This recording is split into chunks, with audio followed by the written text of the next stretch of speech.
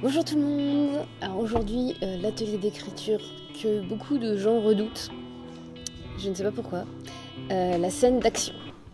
Voilà, la scène d'action, pourquoi c'est dur à décrire une scène d'action? Souvent parce que justement, il s'y passe énormément de choses en très peu de temps. On fait rarement des combats au ralenti. Donc autant quand c'est juste quelqu'un qui marche et qui découvre un endroit, il peut aller à son rythme, il a le temps et tout. Là en fait l'idée dans la scène d'action, c'est de mettre du rythme. Donc d'arriver à condenser tout ce que vous voulez dire en un minimum de mots et surtout en un effet qui rende l'action en question. D'accord ? Pour ça, il va falloir qu'on utilise plusieurs techniques. C'est là que ça devient intéressant. D'abord, qu'est-ce que c'est qu'une scène d'action? Comment on la définit? La question qui tue, ça peut être quoi une scène d'action? Des gens qui se battent, une compétition de sport, les courses-poursuites, les explosions à vitesse de justesse. En fait, n'importe quoi qui est rapide. Presque un tour de magie aussi, ça peut être une scène d'action. Ça dépend un peu le mec à quelle vitesse, ou un braquage de banque aussi. C'est pas forcément un combat, mais c'est une scène d'action. Donc, vous écoutez bien, là je vais donner un certain nombre d'outils pour écrire une bonne scène d'action. D'accord ? Après, à vous d'en choisir un ou plusieurs pour écrire la scène d'action que vous voulez. D'accord ? Donc, premier truc, les changements de point de vue. L'un des principaux éléments d'une scène d'action, c'est que, sauf si c'est le cas d'une course-poursuite contre un animal sauvage, par exemple, on va souvent avoir les deux points de vue. D'accord ? Ou si on n'en a qu'un seul, si on n'en a qu'un seul de point de vue, il faut que ce soit un choix. Par exemple, dans Predator, je ne sais pas si vous avez vu le film Predator, pas encore. Ouais. Vous avez sans doute vu le film Predator par contre. Et dans Predator, ce qui est intéressant, c'est que le Predator, justement, on ne le voit pas. Mais on a son point de vue. C'est comme le monde dans Stranger Things, on ne le voit pas, mais on a son point de vue. Donc ça peut être un parti pris, c'est de montrer le point de vue du chasseur et le point de vue du chassé, sans forcément révéler qui est le chasseur ou qui est le chassé, d'ailleurs. On peut tout à fait faire comme ça. Si c'est une confrontation beaucoup plus physique, genre un combat, à deux personnes, on va se limiter pour le moment à deux éléments. Parce que plus il y a d'intervenants dans la scène d'action, plus c'est dur à écrire. D'accord ? Les combats à 3, c'est plus dur que les combats à 2. Les courses-poursuites à 5, ça devient le bazar. Donc on va essayer de garder deux éléments, deux personnes ou deux entités. D'accord ? Si c'est deux armées, c'est deux armées. Si c'est deux personnes, c'est deux personnes. T'as un groupe face à un individu, mais ça va, ça marche. Voilà. Dans Stranger Things, tu vois, t'as le groupe de gamins qui a un point de vue et t'as le monstre qui a un autre point de vue. D'accord ?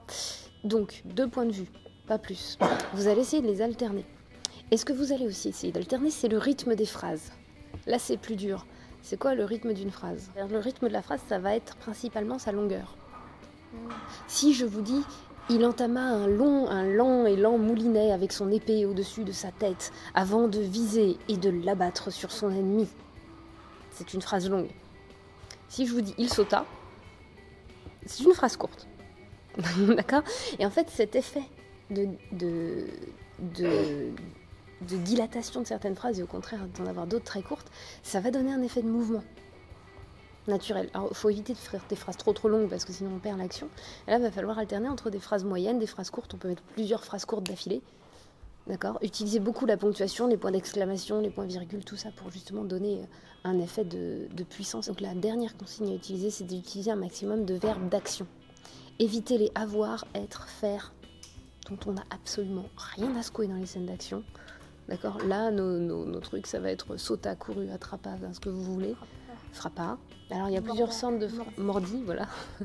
Tout ce qu'on peut imaginer mais de verbes d'action, de verbes qui vont induire un mouvement. Voilà. Même, vous pouvez aussi oublier les regarda, observa, attendit, tout ça, à la trappe. On prend des verbes d'action, on prend des phrases de longueur différentes. On a deux protagonistes, on alterne leur point de vue et ils se mettent sur le coin de la figure. Ok, vous êtes partis. Pour ce temps-là, vous avez 20 minutes, parce que c'est un peu dur quand même. Vous êtes partis. Alors, à vos crayons, je mets le chrono et vous mettez la vidéo en pause.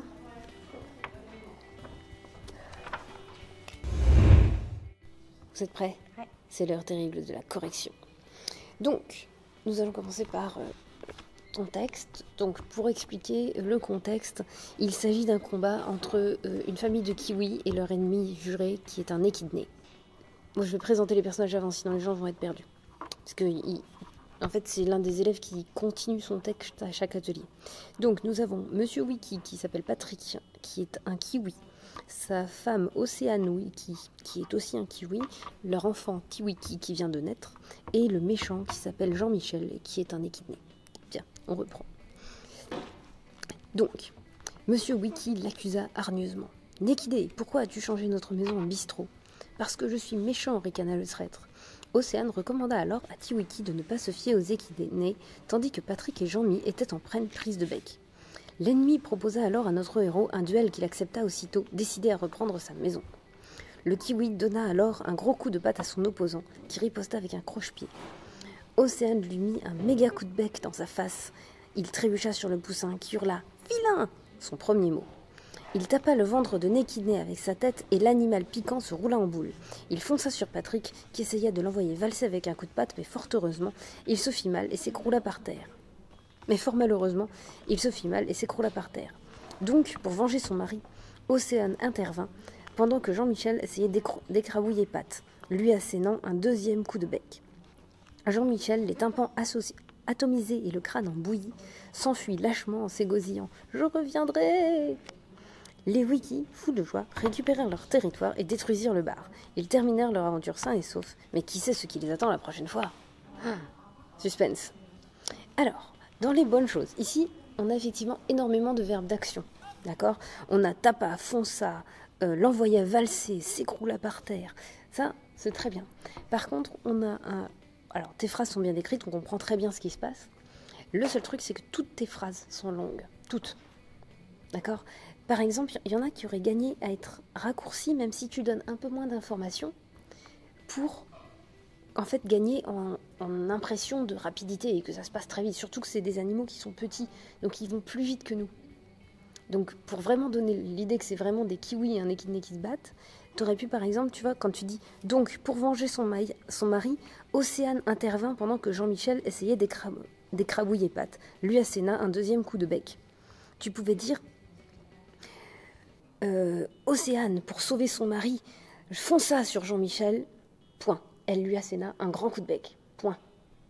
Tu vois, et là, d'un seul coup, t'as beaucoup plus l'impression que ça se passe vite. Parce que là, comme toutes tes phrases sont longues, c'est beaucoup d'informations pour le lecteur sans qu'il puisse respirer entre les trucs. D'accord? Donc, si tu veux faire une deuxième version, il faut faire des phrases plus courtes, mais plus percussives. Une information par phrase, ça suffit. Tu peux enlever tout ce qui est alors, les qui, les... D'ailleurs, les alors, il y en a plein. Les tandis que, les donc, on s'en fiche, en fait. À peu de choses près, même les et, tu peux les enlever. Ah oui, d'accord. Pour faire des phrases plus courtes, mais qui vont donner une impression que ça se passe dans tous les sens et qu'il y en a partout. Et que là, on a vraiment trois kiwis qui tentent de taper un équidé. À ton tour. On a le temps aujourd'hui, on en profite. Tu vas beaucoup trop loin, vociféra Alice.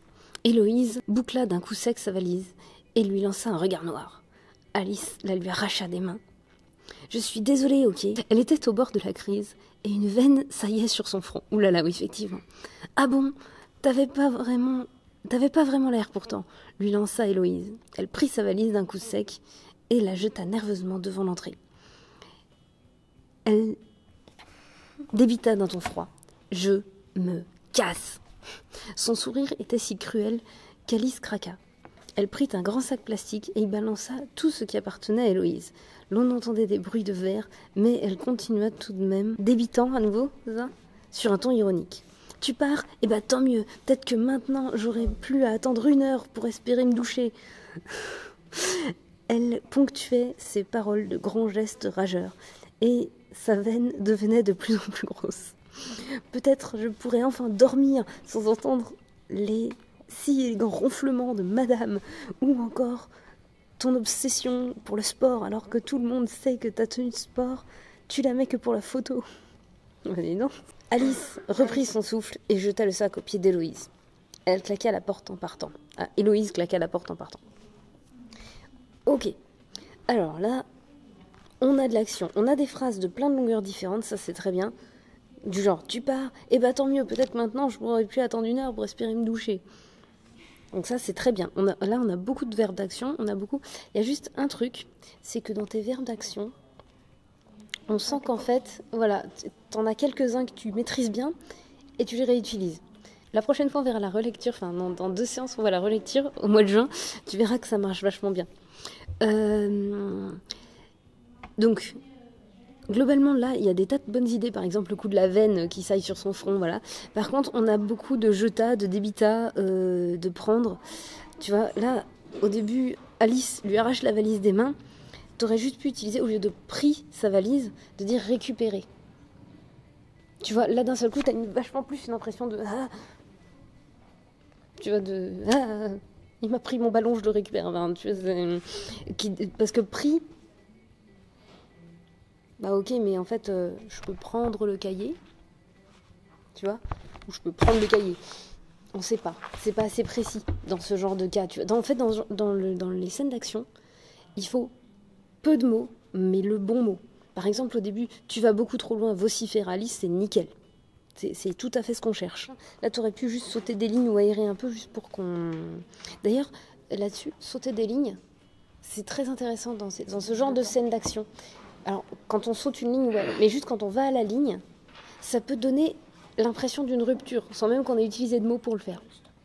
Voilà. Par exemple, si ici, t'avais mis, tu vois, t'as mis tout d'un bloc. Alice, du coup, reprit son souffle et jeta le sac au pied d'Héloïse. Héloïse claqua la porte en partant. Donc déjà, on a Héloïse, ça marche pas trop bien. Et là, en fait, tu vois, tu mettais à la ligne. Tu vois, tu t'étais là. Alice reprit son souffle et jeta le sac au pied d'Héloïse. Presque là, t'aurais pu mettre avec dédain. Vu que c'est une phrase qui est déjà longue, tu pouvais rajouter le... Casse-toi, pauvre.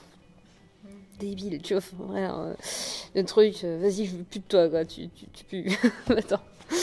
Et là, Héloïse, au lieu de dire Héloïse claqua la porte en partant, bon, on se doute qu'elle part. D'accord ? Tu pouvais en fait juste rassembler cette phrase par la porte claqua. Et là, on sait, en fait, que c'est fini. Comme ça t'évite la répétition d'Héloïse. Ça te donne une phrase très courte et très percutante. 3 mots, la porte, claqua. Et là, t'as une conclusion qui est... Ok, salut. D'accord. Et notez qu'on sait même pas pourquoi elles se sont engueulées, mais en fait, on en a rien à secouer. Là, ce qui est intéressant, c'est le fait qu'elles se prennent grave la tête, quoi. Donc, là, t'as plein de trucs très bons. Faut juste, voilà, que tu prends plus de vocabulaire. Quitte à bosser avec un dictionnaire avec toi. Hein. Moi, voilà, par exemple, tu as son dictionnaire des synonymes et contraires. Moi, j'ai tendance à bosser effectivement avec un dico des synonymes. Pour ça, tu prends ton truc, tu regardes ce que tu as. Comme ça, au lieu de débiter à chaque fois, au lieu de débiter, elle peut hurler, elle peut brailler. Voilà. Bon, vous avez ce qu'il vous faut. J'espère que vous aussi. Comme d'habitude, vous pouvez m'envoyer vos textes. Il y a l'adresse mail dans la description et je vous retrouve au prochain atelier d'écriture. Bon, d'ici là, eh bien, si vous aimez les histoires de kiwi, vous pouvez laisser un pouce bleu. Si vous n'aimez pas les histoires de filles qui s'engueulent, vous pouvez laisser un pouce bleu et vice versa. Commentez, essayez. Maintenant, j'ai vu qu'il y en a qui tentent les exercices d'écriture directement dans les commentaires. Vous pouvez y aller si ça vous amuse et partagez cette vidéo si vous connaissez des gens qui ont du mal à écrire des scènes d'action. Bye!